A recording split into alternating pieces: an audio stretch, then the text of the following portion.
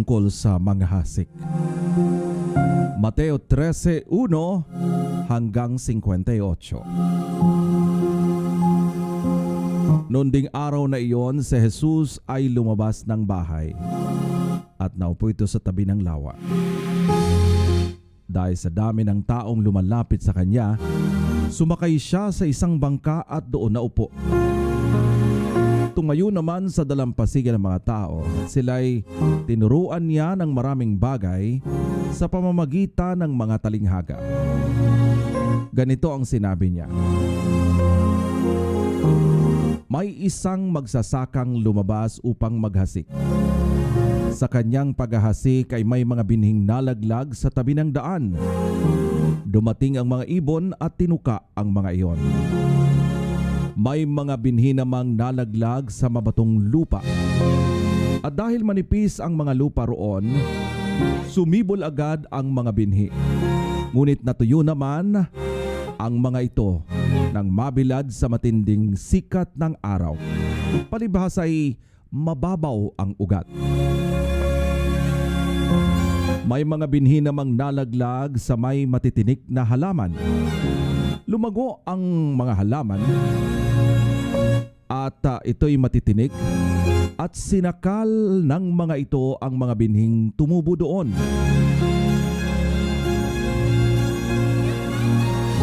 Ngunit ang mga binhing nahasik sa matabang lupa ay namunga. May tig-100, may tig-60 at may tig-30. Makinig ang may pandinig. Lumapit ang mga alagad at tinanong si Jesus, bakit po kayo gumagamit ng talinghaga sa kanila?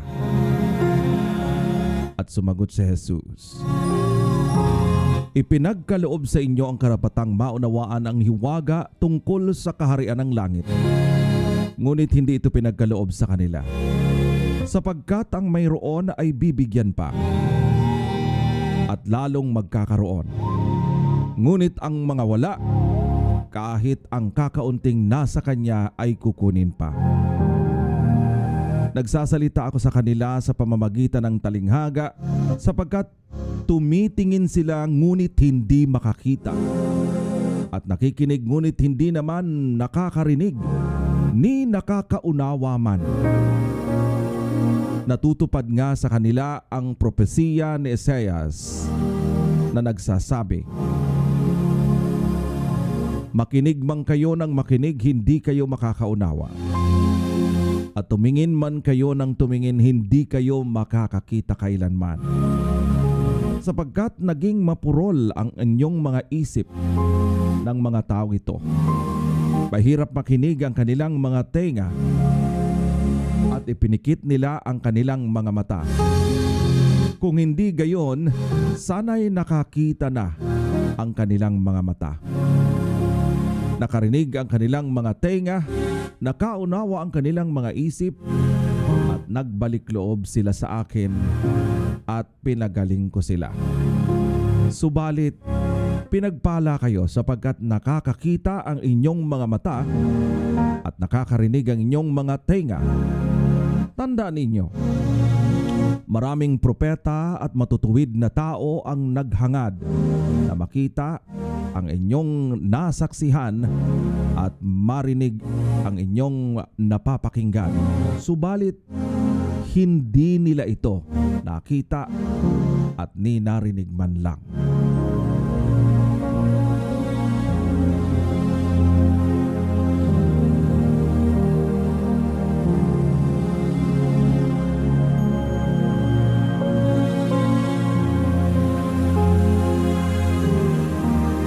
Ipinaliwanag ang talinghaga tungkol sa manghahasik.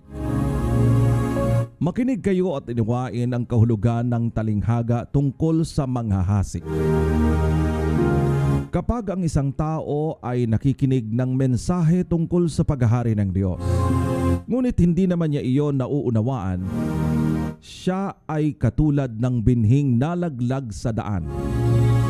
Dumating ang mga masama at agad na inalis sa kanyang isip ang mensaheng kanyang napakinggan. Ang katulad naman ng binhing nalaglag sa mabatong lupa ay ang mga taong nakikinig ng mensahe na kaagad naman ay nasasayang. At ito ay hindi tumitimo ang mensahe sa kanyang puso. Sandali lamang itong nananatili. At pagdating ng mga kapighatian at pagsubok dahil sa mensahe, agad siyang tumatalikod sa kanyang pananampalataya. Ang binhi namang nahulog sa mga matitinik na halaman ay mga taong nakikinig ng mensahe, ngunit dahil sa pagkabalisa sa maraming mga bagay at pagkahumaling sa kayamanan, nawawala ng puwang sa kanyang puso ang mensahe at hindi ito nagkakaroon ng bunga.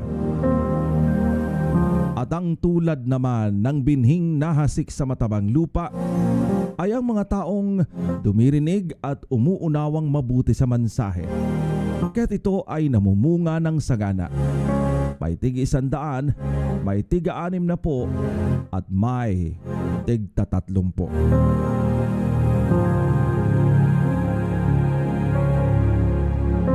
Ang talinghaga tungkol sa mga damo sa triguhan.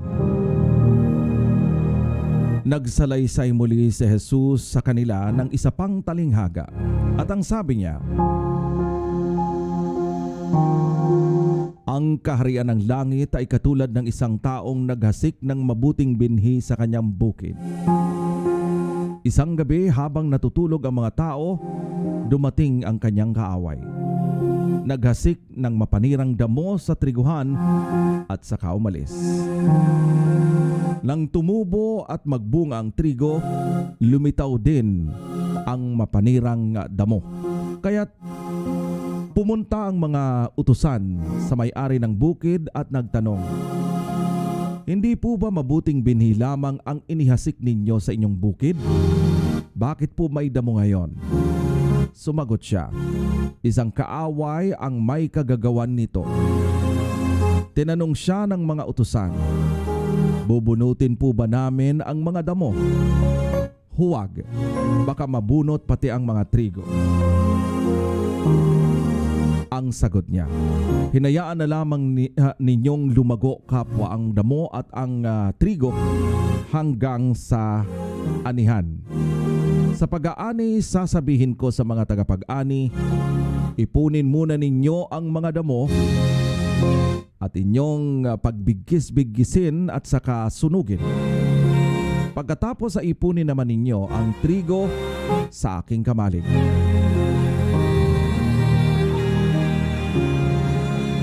Talinghaga tungkol sa buto ng mustasa. Sa pagpapatuloy, isa pang talinghaga ang isinalaysay ni Jesus sa kanila. Ang kaharian ng langit ay katulad ng isang buto ng mustasa na itinanim ng isang tao sa kanyang bukid. Ang buto ng mustasa ang pinakamaliit sa lahat ng binhi. Ngunit pag tumubo ito, ito'y nagiging mas malaki kaysa alinmang halaman at nagiging punong kahoy. Kaya't nakakapagpugad ang mga ibon sa mga sanga nito. Ang talinghaga tungkol sa pampaalsa. Nagsalaysay pa sa Jesus ng ibang talinghaga. Ang kaharian ng langit ay katulad ng pampaalsa na inihahalo ng isang babae sa 3 takal na harina hanggang umalsa ang buong masa ng harina. Ang paggamit ni Jesus ng mga talinghaga. Ang lahat ng ito ay sinabi ni Jesus sa mga tao sa pamamagitan ng mga talinghaga. At wala siyang itinuro sa kanila nang hindi sa pamamagitan ng talinghaga. Sa gayon natupad ang sinabi ng propeta. Magsasalita ako sa pamamagitan ng mga talinghaga. Ihahayag ko ang mga bagay na inililihim mula pa ng likhain ang daigdig. Kahulugan ng talinghaga tungkol sa mga damo sa triguhan. Pagkatapos iniwanan ni Jesus ang mga tao at pumasok siya sa bahay. Lumapit ang kanyang mga alagad at sinabi sa kanya, "Ipaliwanag nga po ninyo sa amin ang talinghaga tungkol sa mapanirang damong tumubo sa bukid." Sumagot si Jesus, "Ang naghahasik ng mabuting binhi ay ang anak ng tao. Ang bukid ay ang daigdig. Ang mabuting binhi ay ang mga taong kabilang sa kaharian, at ang mga mapanirang damo naman ay mga kabilang sa mga masasama. Ang kaaway na naghasik ng damo ay walang iba kundi ang dyablo. Ang panahon ng pag-aani ay ang katapusan ng daigdig, at ang mga tagapag-ani naman ay ang mga anghel. Kung papaanong ang mga damo ay tinitipon at sinusunog, ganon din ang mangyayari sa katapusan ng mundo. Ipag-uutos ang anak ng tao sa kanyang mga anghel na tipunin nila mula sa kanyang kaharian ang lahat ng nagiging sanhi ng pagkakasala at ang lahat ng gumagawa ng masama.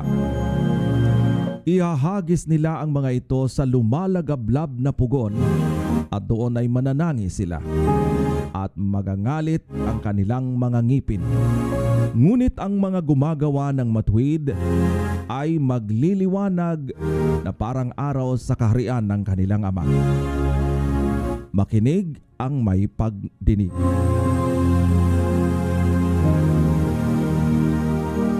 Ang natatagong kayamanan. Ang kaharian ng langit ay tulad ng kayamanang nakabaon sa isang bukid. Nahukay ito ng isang tao, ngunit agad itong tinabunan. Tuwang-tuwa siyang umalis at ibinenta ang lahat ng kanyang ari-arian upang bilhin ang bukid na iyon. Ang perlas na mahalaga. Ang kaharian ng langit ay katulad din ng isang negosyante na naghahanap ng mga mamahaling perlas. Nang makakita siya ng isang perlas na napakahalaga, umuwi siya at ipinagbili ang lahat ng kanyang ari-arian at binili ang perlas na iyon. Ang lambat. Ang kaharian ng langit ay katulad din ng isang lambat na inihagi sa dagat at nakahuli ng sari-saring isda. Nang mapuno ang lambat, hinila ito sa pampang. Naupo ang mga tao habang tinitipon ang mga mabubuting isda sa sisidlan, at itinatapon naman ang mga isdang hindi mapakinabangan. Gayun din ang nangyayari sa katapusan ng daigdig. Darating ang mga anghel, ihihiwalay ang mga masasama sa mga matutuwid, at ihahagis ang masasama sa naglalagablab na apoy. Dooy mananangis sila at mangangalit ang kanilang mga ngipin.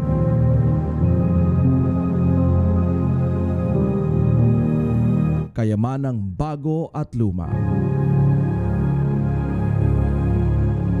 Nauunawaan ba ninyo ang lahat ng ito? Tanong ni Jesus. Opo, sagot nila. At sinabi niya sa kanila, "Kaya nga ang bawat tagapagturo ng kautusan na tinuturuan tungkol sa kaharian ng langit ay katulad ng isang pinuno ng sambahayan na naglalabas ng mga bagay na bago at luma mula sa kanyang taguan ng kayamanan." Si Jesus ay hindi tinanggap sa Nazaret. Umalis si Jesus mula roon matapos niyang isalaysay ang mga talinghagang ito. Umuwi siya sa kanyang bayan at nagturo sa kanilang sinagoga. Nagtaka ang mga nakikinig sa kanya, kaya't kanilang itinanong, saan kumukuha ng ganyang karunungan ang taong iyan? Paano siya nakakagawa ng mga himala? Hindi ba siya ay anak ng isang karpentero? Hindi ba si Maria ang kanyang ina? At sina Santiago, Jose, Simon at Judas ang kanyang mga kapatid? At taga rito rin ang kanyang mga kapatid na babae, hindi ba? Saan kaya niya natututunan ang lahat ng iyan? At siya'y hindi nila pinaniwalaan. Kaya't sinabi ni Jesus sa kanila, ang isang propeta'y iginagalang kahit saan maliban sa kanyang sariling bayan at sariling sambahayan. At dahil ayaw nilang maniwala kay Jesus, hindi siya gumawa roon ng maraming himala.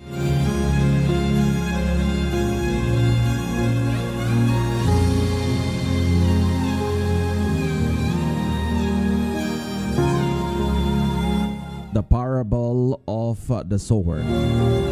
That same day, Jesus went out of the house and sat by the lake.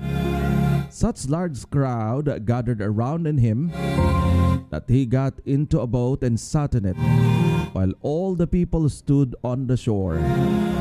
Then he told them many things in parables, saying, a farmer went out to sow his seed. As he was scattering the seed, some fell along the path, and the birds came and ate it up. Some fell on the rocky places, where it did not have much soil. It sprung up quickly because the soil was shallow. But when the sun came up, the plants were scorched, and they withered because they had no root. Other seed fell among thorns, which grew up and choked the plants. Still other seeds fell on the soil, and that is for a very good soil, where it produced a crop 100, 60, or 30 times what was sown. Whoever has ears, let them hear. The disciples came to him and asked, why do you speak to the people in parables? He then replied, because the knowledge of the secrets of the kingdom of heaven has been given to you, but not to them. However, whoever has will be given more, and they will have an abundance. Whoever does not have, even what they have will be taken out from them. This is why I speak to them in parables. Though seeing, they do not see. Though hearing, they do not hear or understand. In them is fulfilled the prophecy of Isaias. You will be ever hearing but never understanding. You will be ever seeing but never perceiving. For this people's heart has begun and become a callous, and that they hardly hear with their ears, and that they have closed their eyes. Otherwise, they might see with their eyes, hear with their ears, understand with their hearts, and turn, and I would heal them. But blessed are your eyes because they see, and your ears because they hear. For truly I tell you, many prophets and righteous people long to see what you see, but did not see it, and to hear what you hear, but did not hear it. Listen then to what the parable of the sower means. When anyone hears the message about the kingdom and does not understand it, the evil one comes and snatches away what was sown in their hearts. This is the seed sown along the path. The seed falling on the rock ground refers to someone who hears the word and at once receives it with joy. But since they had no root, they last only a short period of time. When troubles or persecution comes because of the word, they quickly fall away. The seed falling among the thorns refers to the someone who hears the word, but the worries of life and the deceitfulness of wealth choke the world, making it unfruitful. But the seed falling on the soil refers to someone who hears the word and understands it. This is the one produces a crop, yielding 160 or 30 times that was sown. The parable of the weeds. Jesus told them another parable. The kingdom of heaven is like a man who sowed good seeds in this field. But while anyone was sleeping, his enemy came and sowed seeds among the wheat and went away. When the wheat sprouted and formed heads, then the weeds also appeared. The owner's servants came to him and said, "Sir, didn't you sow good seeds in your field? Where did the weeds come from?"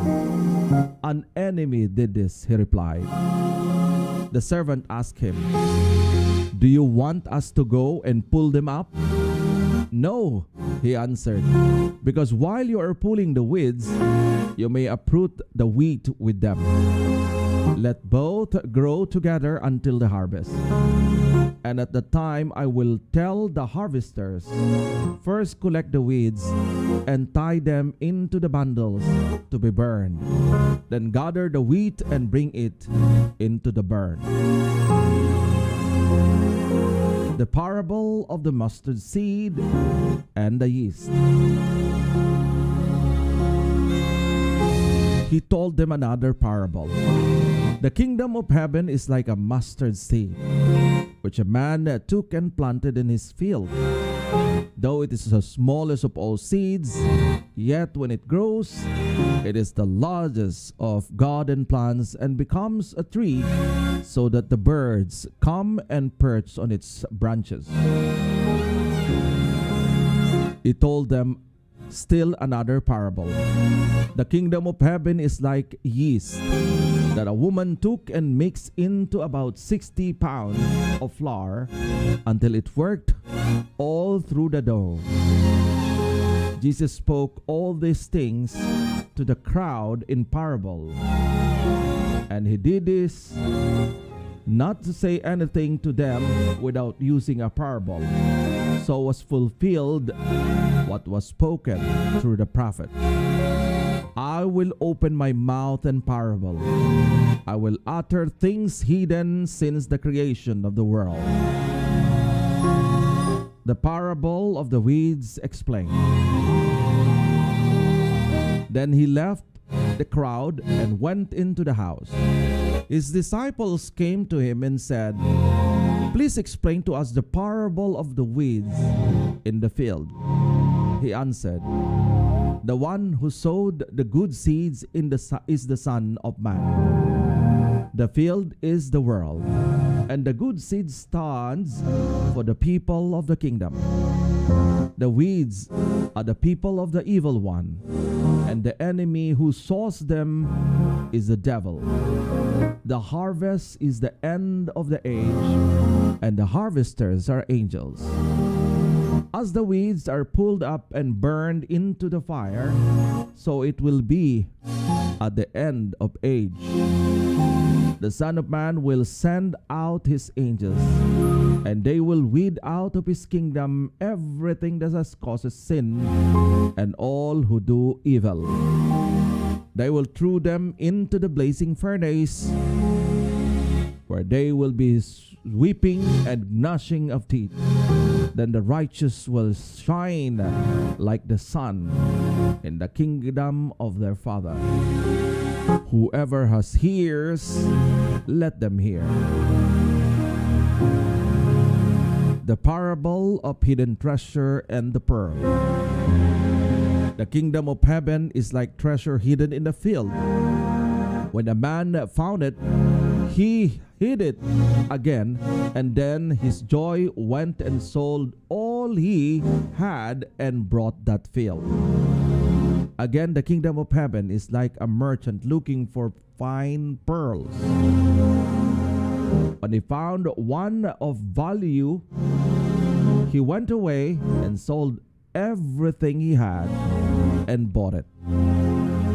The parable of the net. Once again, the kingdom of heaven is like a net that was left down into the lake and caught all kinds of fish.